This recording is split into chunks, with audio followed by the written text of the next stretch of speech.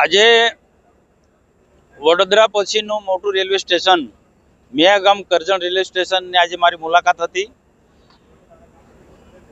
Karjan railway station અદ્યતન પ્રકારની સુવિધાવાળું બની રહ્યું છે. ઘણું બધું કામ પૂર્ણ થયું છે.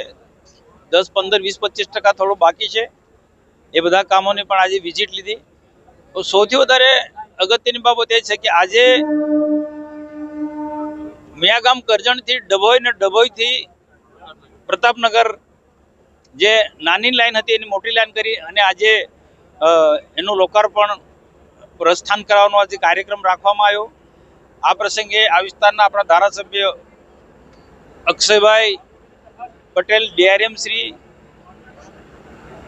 નગરપાલિકાના પ્રમુખ શ્રી, પાર્ટીના વરિષ્ઠ આગેવાનો તથા ઉપસ્થિત નાગરિકો ખૂબ મોટી સંખ્યામાં ઉપસ્થિત રહ્યા અને મિયાગામ કરજણથી ડભોઈ ને ટ્રેનને આજે હમણાં પ્રસ્થાન કરાવ્યું.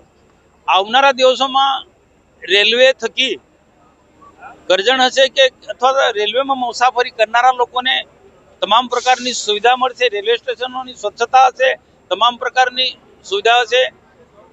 અપંગ માણસોને પણ સારામાં સારી સુવિધા હશે. મહિલાઓથી માંડી પણ એમને કોઈ તકલીફ ના પડે એ પ્રકારની સુવિધા હશે. તો આવનારા દિવસોમાં પ્રજાને લગતા કોઈક નાના મોટા કોઈ પણ પ્રશ્નો હશે, સ્ટોપેજને લગતા, એ પણ બધા સૂચનો અમે ઉપર મોકલીશું અને શક્ય એટલા બધા પ્રશ્નો ઉકેલાય એ બધા પ્રશ્નો ઉકેલીશું. જૂના બજારથી નવા બજાર વચ્ચેનો પણ એમને ક્રોસ થવા માટેની જે રજૂઆત થઈ, પણ ઓવરબ્રિજ બની રહ્યો છે, એ આવનારા દિવસોમાં એ પ્રશ્ન પણ સોલ્વ થઈ જશે અને કદાચ ના ઉકેલે તો તેના માટે પણ અમે એ રજૂઆત કરી છે. જૂના બજાર નવા બજાર વચ્ચે કોઈક વચ્ચે મહાદેવ મંદિર જવા માટેનો પણ જૂનો ગેટ હતો, એ બંધ થયો છે.